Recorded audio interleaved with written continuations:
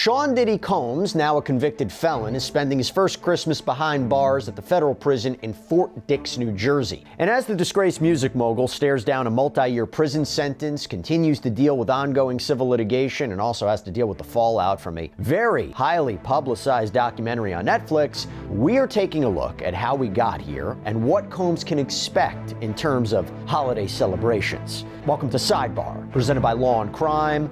I'm Jesse Weber. Well, it is that season again, open enrollment, comparing the exploitative premiums and fine print of health insurance. It's pretty chaotic, to say the least. Here's the good news. Crowd Health is different. Why? The members fund each other's bills directly. If something big happens, you pay the first $500 and the crowd funds the rest. They have a track record of handling major events, including bills over $1 million, giving you confidence that you need. Plus, you get access to low-cost prescriptions, testing, high-quality doctors. And look, with ACA subsidies expiring, premiums, they're going to skyrocket. And so far, members have saved over $40 million. So this open enrollment, take your power back. Join Crowd Health to get started today for $99 for your first 3 months. Use code SIDEBAR at joincrowdhealth.com. Crowd Health, it's not insurance. You can opt out. This is how we win. Joincrowdhealth.com. Well, instead of jet setting off to a tropical location or entertaining his kids at one of his many properties, Sean Diddy Combs is celebrating the holidays at a federal prison in New Jersey. It is his first Christmas as a convicted felon and his first Christmas at the FCI Fort Dix. Combs was sentenced to 50 months in prison after his conviction on 2 counts of transportation to engage in prostitution, so it's about 4 years, but with credit for time served. Now, I will tell you, in a little bit, I am going to be speaking with somebody who is apparently consulting with Diddy right now in prison. But in the months leading up to his trial in New York City, Combs was housed at the MDC, the Metropolitan Detention Center out in Brooklyn. This is a notorious jail of more than 1,000 inmates that has been plagued with issues for years. Violence, deplorable conditions, smuggling of contraband like drugs. There's a lack of manpower, apparently. But after the jury handed down their decision, so acquitting the 56-year-old of racketeering and sex trafficking charges, the highest counts that he was facing, Judge Arun Subramanian imposed the sentence, and Combs was then transferred to Fort Dix, this minimum security prison that his legal team had requested be his home for the foreseeable future. In an October 6 letter to the court, one of Combs' attorneys, Tenny Garagos, wrote, "On behalf of Mr. Combs, we respectfully request that the court strongly recommend a designation facility to the Bureau of Prisons in Mr. Combs' judgment in order to address drug abuse issues and to maximize family visitation and rehabilitative efforts. We request that the court strongly recommend to the Bureau of Prisons that Mr. Combs be placed at FCI Fort Dix for RDAP purposes and any other available educational and occupational programs." What's RDAP? Well, RDAP stands for Residential Drug Abuse Program. It's available only to federal prison inmates who have at least 2 years left on their sentence. According to CBS News, Combs was accepted into an RDAP and is, quote, an active participant. So according to federal regulations, to qualify for this program, inmates have to have a verifiable substance use disorder, they have to enter the program voluntarily, and they have to complete 3 components of that program. The first is a unit-based component, which requires inmates to complete a course provided by the Psychology Services Department. During that time, the inmates live separately from the general population. From there, the next stage involves follow-up services, and the third component is referred to as Community Treatment Services, or CTS. It's like a halfway house or something similar where former incarcerated people reintegrate into society while still having some sort of supervision. Now, it's our understanding that RDAP offers incentives. The regulations indicate there could be limited financial awards and other local incentives that can vary by institution, like preferred living quarters or special recognition or privileges. But completing a residential drug abuse program, RDAP, can even knock time off your sentence. So you can see how it's an attractive option. Now, we've heard about Combs' alleged drug use in the past, even, by the way, from his own lips. You might remember back in May of 2024, so this is months after his ex, Cassandra Ventura Fine, filed a multi-million-dollar lawsuit against him that was ultimately settled, where this kicked off a cascade of sexual assault allegations. There was that explosive surveillance video that was published, that was distributed, that was released. This is the now infamous footage where it shows Combs kicking and dragging Cassie as he tried to leave the Intercontinental Hotel in Los Angeles Angeles back in 2016.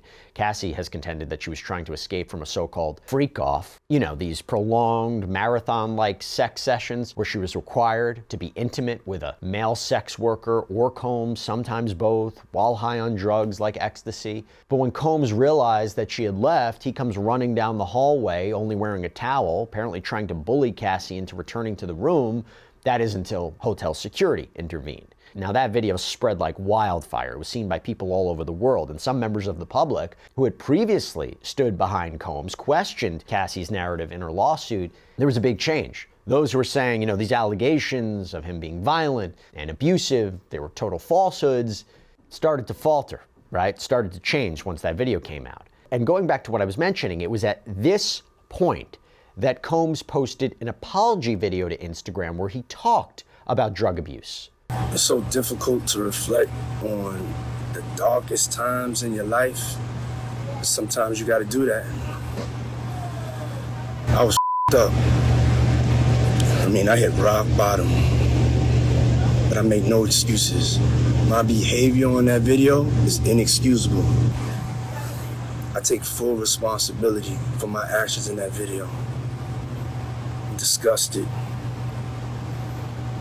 I was disgusted then when I did it. I'm disgusted now. I went and I sought out professional help. I had to go into therapy and go into rehab. Had to ask God for his mercy and grace.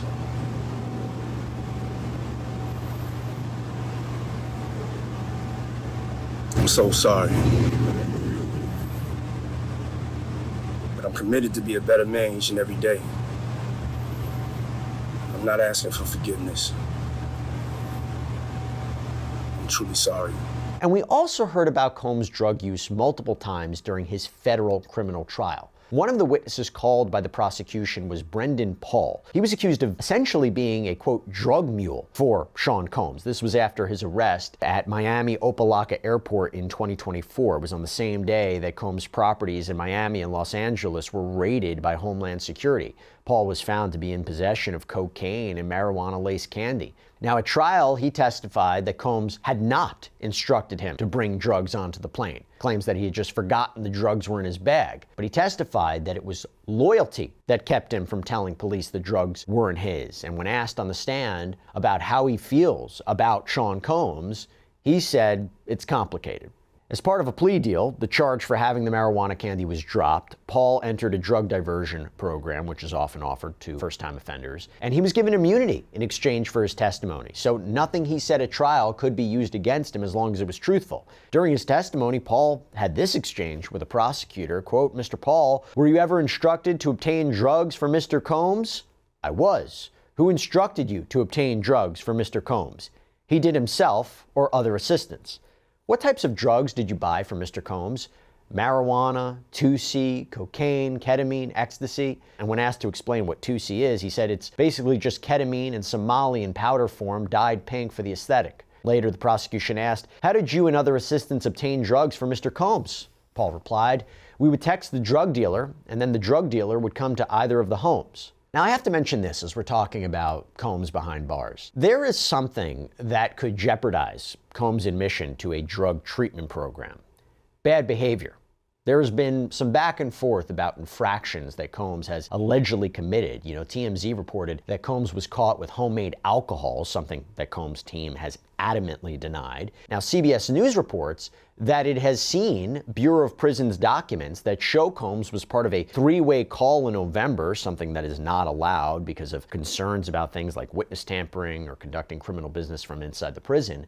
But Combs and his team apparently told prison officials that he was on a call with his attorney, who added one of his heads of communication to give the okay to a statement that they wanted to release. Combs also claims that no one told him about the regulations on the phone calls, and he never got the prison admission and orientation handbook. This is again according to CBS. But the paperwork allegedly contains a recommendation that Combs lose 90 days of phone and commissary privileges. It's unclear if that punishment actually happened. But Combs is keeping busy while he serves his sentence. Let's talk about that. So apparently he's gotten a job as a chaplain's assistant at Fort Dix. This is according to his publicist. A former commissioner told CBS News that it's one of the most wanted jobs in the institution. He gets to apparently work in a private office. There's air conditioning. He can eat food that's brought in for religious services. A corrections officer told the outlet that the chapel is one of the only places that inmates can congregate freely, that assistants are allowed to prepare a call-out lists, which tells corrections officers who's allowed to leave their cells. Assistants could potentially add their friends to that list. But Combs is also apparently taking care of outside business from behind bars too. Yeah, just before Thanksgiving, his legal team alerted the court that Combs had paid the fines that he owed as part of his conviction and sentence. Quote, on October 16, 2025, this court entered an amended judgment imposing a $200 special assessment and a $500,000 fine to be paid in full not later than 60 days after the date of sentencing. We respectfully submit this letter to inform the court that Mr. Combs paid the fine and special assessment to the Southern District of New York cashier on November 24th, 2025. We talk about Combs behind bars. We also have to talk about an appeal, because as Combs works to shave off as much of his sentence as he can with good behavior and completion of the intensive drug program, his attorneys are working to not only get him out of prison, but also get his conviction thrown out. October 22nd, Combs' legal team filed a criminal appeal on his behalf with the Court of Appeals for the Second Circuit. They requested an expedited appeal, hoping to get Combs out of prison as soon as possible. They provided the court with a proposed schedule and said the government had no objection. And I'll tell you what, on November 3rd, Circuit Judge Beth Robinson filed this order. Quote, appellant moves to expedite the appeal on the following schedule. Appellant's opening brief and appendix due by December 23rd, 2025. The government's brief due by February 20th, 2026. Appellant's reply brief due by March 13th, 2026. And oral argument in April of 2026. It is hereby ordered that the motion is granted. Yeah, so we'll be on the lookout for that one as well. Okay, in the meantime, what do Combs' holidays look like now that he's in federal prison? Well, the multimillionaire won't be able to spend it like he used to, but there are special meals and activities that inmates can participate in. In fact, Combs apparently teamed up with an internal group called Bankroll Bosses to help organize and fund a special meal for his fellow inmates. According to a report from Us Weekly, the group volunteered to buy food from the prison's commissary, but they didn't just buy it. No, they reportedly spent 2 days preparing all of this food for these inmates. In all, the outlet reports that 1,000 inmates were served.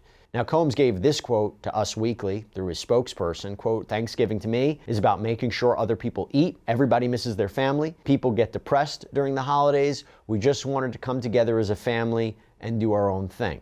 Now, there's no word on what exactly Combs and other inmates purchased from the commissary to make this meal, but it is apparently a very nice gesture regardless. According to TMZ, the Christmas menu at Fort Dix includes a whole Cornish hen, mashed potatoes, cornbread dressing, mixed vegetables. But now I want to bring on a very special guest. Okay, so now I want to welcome back on prison consultant Justin Paperny. And I want to welcome back on not just because I love having Justin on, but Justin, you are now working with Sean Combs and his team while he's in prison. Can you talk to us a little bit more about that?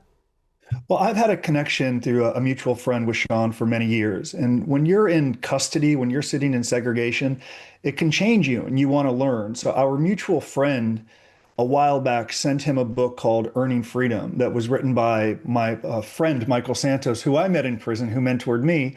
And Michael spent a year in segregation before he was convicted and served a long time in prison. So our friend thought that book could help him get through his own crisis. And when you're in prison, you relate to people who are enduring a similar crisis. So I was very encouraged when she sent the book and he read the book and said, I can't change what's happened, but I'd like to begin to use this experience as an opportunity to help people in prison. So through Prison Professors Charitable Corporation, which does work in every BOP prison, it does work in a lot of state facilities as well, he has begun to document and say, how can I use this experience as a way to help people? And the beauty of that is you read these interviews about people in prison, even people who have been in Fort Dix. We have other people in our community at Fort Dix. And the common refrain in prison is, it's boring. The days feel like Groundhog Day.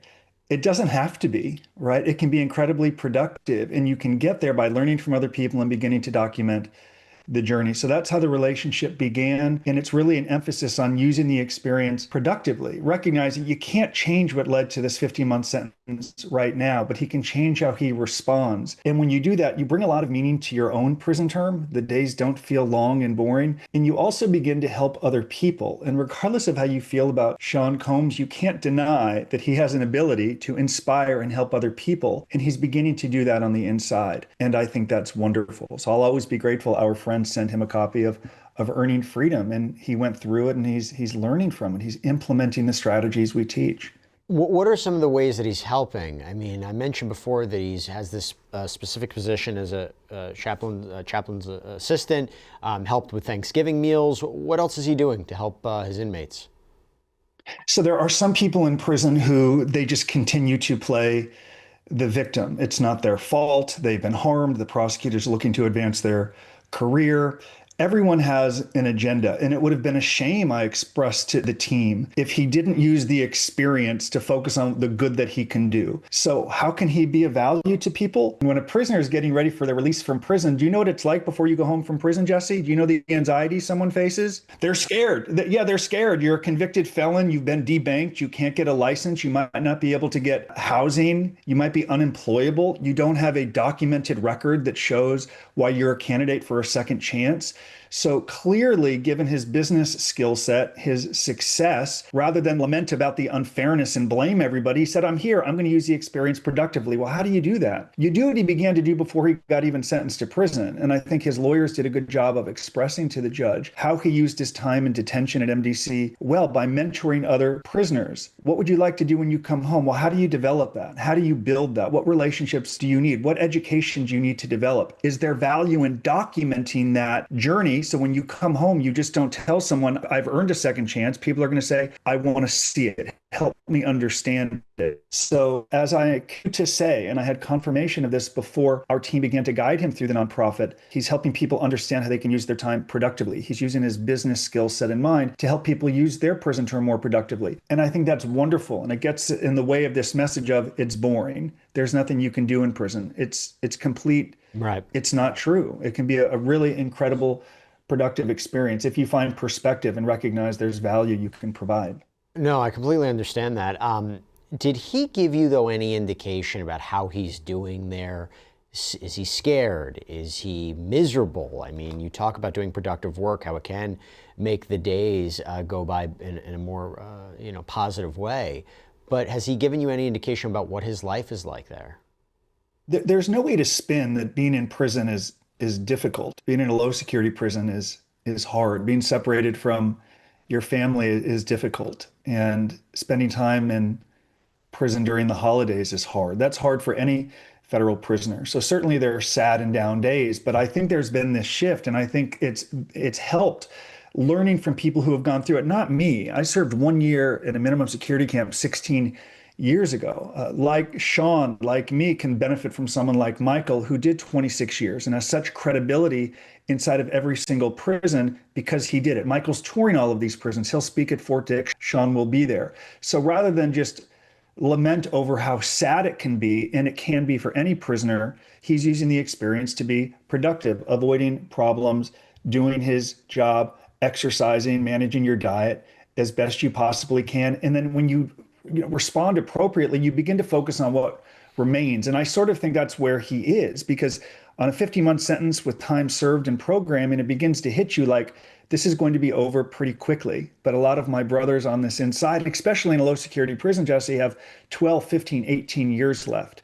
So certainly it's difficult, but when you compare it to so much of what's around him, people who have been in and out of the system, who have not had opportunities that he would acknowledge he had, you begin to say, the time is going to begin to serve me. This is an opportunity. And I have no doubt, and I can confidently say, the time is beginning to serve him.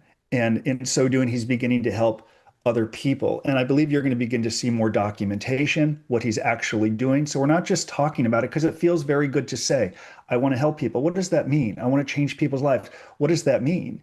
We want to begin to develop it, to build a record, to show the result of that work. And through the nonprofit, he's going to be in a position to do that. And that's how you get through the holidays in prison. In prison, you recognize it will end and you use the experience to benefit other people. And I know prisoners around him appreciate it because I've heard it from myriad people. Let me ask you this, and I was hoping you can clarify. I mentioned before the allegations that he had broken BOP rules, whether it was making alcohol or it was engaging in a three-way phone call. Is there any clarity you can provide to those accusations? Here's what I can tell you, because I've been to prison and I know disciplinary infractions, and our team has people in our community in every prison and probably most low security prison as well. If you get caught drinking in prison, Jesse, let me tell you what happens. You're going to lose all your good time. You're going to go to the hole for a long, long time. And he'd be in a medium security prison right now. So just because someone says it in an article doesn't mean that it's true. It is a significant disciplinary infraction. I can't comment to any other disciplinary infraction or what he's been charged with. I know if there was a significant disciplinary infraction, drinking, iPhones, crazy things that can exist inside of these minimum security prisons or low security prisons, he would not be standing for count at Fort Dix using his time productively, using his time in the afternoon to help people, help other prisoners prepare, read, document the journey. That much I can tell you. Can you tell me what his life would be like as an assistant to the prison chaplain and being a part of this RDAP program? I mentioned it a little bit before, but what does that mean for him? Well, there's a lot of good programs in the Federal Bureau of Prisons, and the RDAP program is an excellent program. It's a 9-month, 500-hour program. There are certain stages. Upon completion of the program, you are able to earn up to 12 months off your sentence. People who succeed through the program, it's not just a fixation on getting the time off. It's what can you learn from it? How can you benefit? How can you change some patterns in the past that might have led you to the wrong side of prison boundaries? So it's a phenomenal program. People who aren't even pursuing RDAP to get the time off still wish they could do the program. That's why there's a program called the Non-Residential Drug Abuse Program. So certainly he's engaged in as much programming as possible, both to learn, to qualify for potential credits. It also helps pass the time. There's only so much you can exercise, read, write, sleep in federal prison. So programming is essential, but here's something that's important. It's not enough to just say, I went through programming. Why did you go through it? What did you learn? Same thing with the book report, right? He wrote a report about earning freedom. Why did he read it? What did he learn from it? How do I relate to someone who served time in prison? You don't excel in prison by doing what's required, avoiding disciplinary infractions and going to programming. That is not extraordinary. I think he's striving to be extraordinary, compelling, and only then do you have authority to actually help other people. I think part of the reason Michael Santos has authority is because he did it. It's documented. You can't fake it. To his job, I can't tell you that it's terribly tedious. You do tasks that you're asked to do. That could be sweeping the floor, filing, responding to various things, emptying the trash. The key thing is you do it. You'd be surprised how many people in a low security prison or camp outsource their job, pay someone to do their job, and that could lead to just really unfortunate circumstances. So, but again, just because he's working and going to programming, that is not exceptional. It's required. I think it's the things he's doing on top of that to try to help other people. And I believe you're going to begin to see more of that in the weeks and months so you can hold him accountable. It's one thing to say it. It's another thing to actually do it. And I think that's where things are going to change. And there's a lot of eyes on him regardless. One of the things we started with, what is his life like during the holidays? Christmas being spent at Fort Dix especially. Can you tell us what to expect there? Well, Michael served 10 years at Fort Dix, and he would probably tell you Fort Dix Low is no different than any low security prison across the country. There are people, thousands of people coming in and out of this institution, many of them getting ready to go home and excited, many scared. Many of them don't have the ability to visit because their family can't afford it, can't even make phone calls because it's too expensive, or send an email because it's 5 cents a minute. So time in prison can be terribly difficult, and it really amplifies during the holiday season. You can feel incredibly lonely. And there's no doubt that he may have those feelings. And then you begin to think at some point it's going to end. The experience is going to be over soon enough. And the goal for him or any prisoner, this was my goal, you don't let it amount to a life sentence, which it can be for so many people. Don't let 50 months or 18 months. Or Michael served 26 years, and now he's implementing our programs, the nonprofit programs in every prison.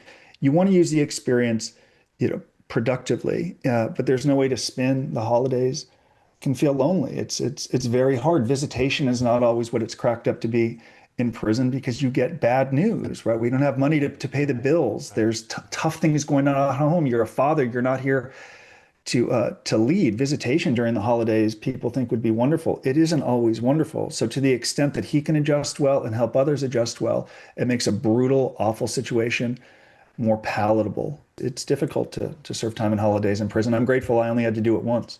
Yeah, and talking about visitation, do you know who's visiting him? Family, friends? Can you share anything like that? I would encourage any prisoner, including Sean Holmes, to use their visitation time productively. You'll have Saturdays and Sundays. You can be together from 8:45 or 9 until 3, and you can embrace at the beginning and end of the visit. And it's a wonderful opportunity to visit with friends, with family, to talk about what do you do next. I would tell anyone going to prison, family knows when you visit if you're actually doing the work. You can kind of fake it through email, you can kind of fake it on a phone call, but when you're together for 6 or 8 hours in a visitation, Jesse, they're going to know how you're adjusting. Are you doing what you say you are going to do? Are you, as he read Earning Freedom, a book that inspired him to I want to earn my way out of here. I want to help other people. You're able to see it. So I encourage him or anyone to visit, to use the time productively, because as you know, well, you don't know, thankfully, but for someone who's been to prison, imprisonment is harder on those that love and support you. And it's a wonderful opportunity during a visitation to lead. This is what I'm doing. This is what I'm documenting and what I'll continue to do. And I will say, when I went to prison, nobody knew me. So it was very easy. So I began to document my journey. You see some of my books and prison journal behind me, but it was easier to do with no scrutiny. But when you do it with this level of scrutiny, everyone paying attention to every move, it's harder, but that's the responsibility that comes with it. So I suspect when friends and family visit him, they're inspired and encouraged by how he's responding to a really difficult situation, but not through talk, through action. And that's where the accountability metric over time will help. It's one thing to say you're going to help people in custody.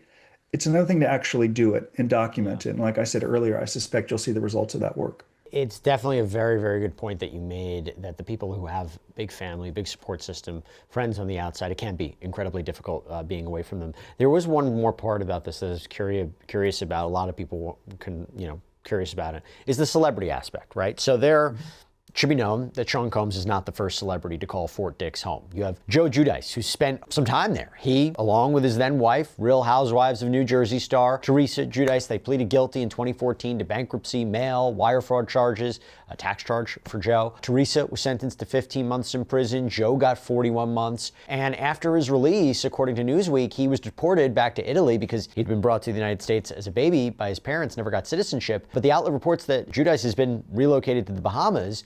And by the way, you probably remember this guy, Farmer Bro, real name Martin Shirelli. He made headlines in 2015 when his pharmaceutical firm attained the manufacturing license for a drug that they then increased from $13.50 a pill to $750 a pill. At 2017, he was convicted in federal court for defrauding investors. He served part of his 7-year sentence at Fort Dix. I mean, Justin, big picture here. Do celebrities, do noteworthy individuals, do they get different kind of treatment in Fort Dix or in prisons?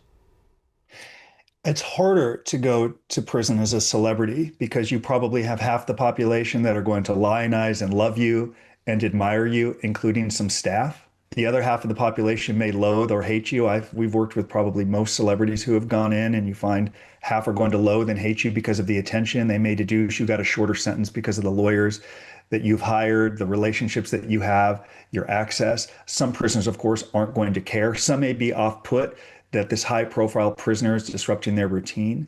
It's more the reason, if you go in high-profile, that you've got to study your environment, not seek to manipulate this environment. You've got to lay low, you've got to adjust, you've got to do your job, you've got to not cut in line when going to the chow hall. You've got to be respectful and embrace the idea, especially in a low-security prison. People have lived here for weeks, months, decades, and years, and all eyes will be on you. So from what I've heard, he's adjusted well. There's a sense of humility and celebrating people's birthdays and singing together and embracing people's ideas and giving them advice, which is tricky when you are a celebrity and you have business expertise, because you do have to be careful about giving unsolicited advice to someone in prison, especially when they didn't ask for it. So you have to manage. It's a little bit tricky there. So people ask him, he's able to offer that advice. So I would argue, based on the celebrities with whom our team has worked, he's adjusted well, he's avoiding problems, and the perspective changed. I don't think it's anything other than reading a great book. The idea that you should be productive in prison, earn freedom, don't do what's required, be exceptional, be extraordinary. And regardless of how you feel about him, it's hard to not agree that for a large portion of his life, he was exceptional. Now he's just channeling that in a different direction, helping his brothers in prison use the time productively. So there can be a target on your back if you're a celebrity. Too many, in my opinion. Not all, but some come home and they lament, they complain, they excuse, and they miss a golden opportunity, Jesse, to use their platform, to use their platform as an opportunity to bring more attention to this system. I think we send too many people to prison. Recidivism rates are too high. Too many people leave, they go back. They miss an opportunity to use their experience to change the lives of millions of people. And I think in getting vested with Prison Professors Charitable Corporation, which influences millions of people in prison, has a platform in the BOP, it's an opportunity for him to say, I can use my skill set because I'm doing the work, leverage off this nonprofit that helps millions of people. I suspect when he comes home, that will be the messaging, focused on the good, what he learned, how he helped, rather than, my opinion, what too many people do. They play the victim and they don't recognize they have it better than most. Don't talk about your injustice. You have resources, job. Talk about the injustice you see on the inside, that your brother in the chow hall or someone you walk the track with has 14 years left to serve. How are we helping him develop values and skills to emerge successfully? That is what I know he's beginning to do. And it all started because he read a book. We encourage everyone to read literature that relates to the life they'd like to live.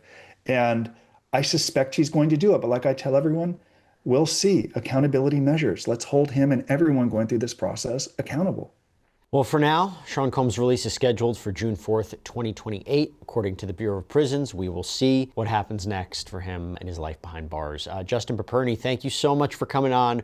Really appreciate you sharing your experience with Sean Combs, talking to us about what he's doing, talking to us what we can expect. Really appreciate it, and good seeing you. Happy holidays, bud. Thank you. That's all we have for you right now here on Sidebar, everybody. Thank you so much for joining us. And as always, please subscribe on YouTube, Apple Podcasts, Spotify, wherever you should get your podcasts. You can follow me on X or Instagram. I'm Jesse Weber. I'll speak to you next time.